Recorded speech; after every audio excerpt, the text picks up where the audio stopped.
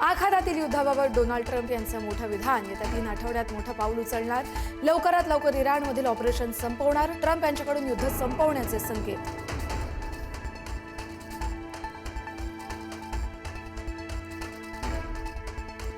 संयुक्त अरब अमिराती इराण विरोधात आक्रमक. इराणच्या सततच्या हल्ल्यांमुळे यूएई आक्रमक पवित्रा घेण्याच्या तयारीत. होर्मुझ सामुद्रधुनी पुन्हा खुली करण्यासाठी लष्करी कारवाईला पाठिंबा देण्याची तयारी.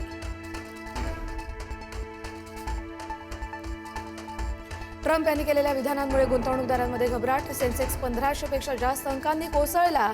निफ्टीही 400 पेक्षा जास्त अंकांनी खाली.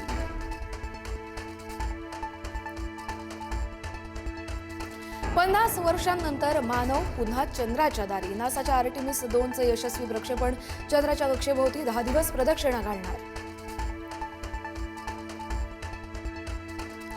विधान परिषदेसाठी भाजपमध्ये इच्छुकांची मोर्चे बांधणी सुरू. विधान परिषदेसाठी भाजपच्या वाट्याला 4 जागा. केशव उपाध्ये, रणजितसिंह निंबाळकर, राम सातपुते यांच्यासह अनेक जण इच्छुक.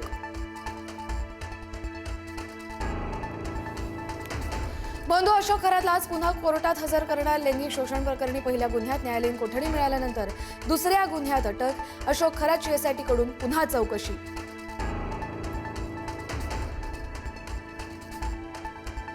बंधू अशोक खरातनं भीती दाखवून जमीन हडपल्याचा प्रकार. मृत्यूची भीती दाखवून लाखोंची जमीन कवडी मोलात घेतल्याचा आरोप. सुमारे 98 लाखांची जमीन केवळ 8 लाखात घेतल्याची माहिती.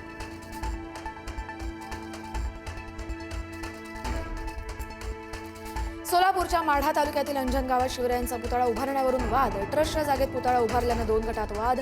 मध्यस्थी केलेल्या पोलिसांवर जमावाकडून दगडफेक.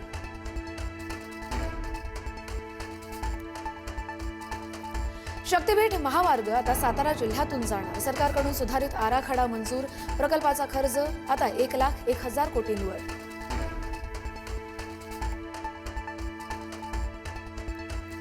लाडक्या बहिणींच्या ई-केवायसी दुरुस्तीसाठी मुदत वाढ. आता 30 एप्रिलपर्यंत ई-केवायसी दुरुस्ती करता येणार.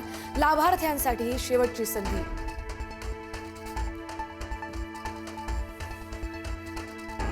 सलग तिसऱ्या दिवशी पुण्याला पावसानं झोडपलं. कोल्हापुरातही कोसळधार. विजांच्या कडकडाटासह जिल्ह्यात अनेक ठिकाणी गारपीट. सखल भागात साचलं पाणी.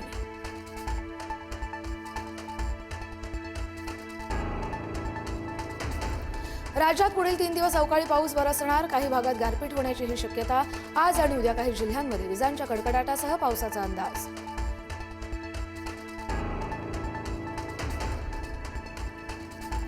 देशभरात आज हनुमान जयंतीचा उत्साह. हनुमान मंदिरात भक्तांचा जनसागर.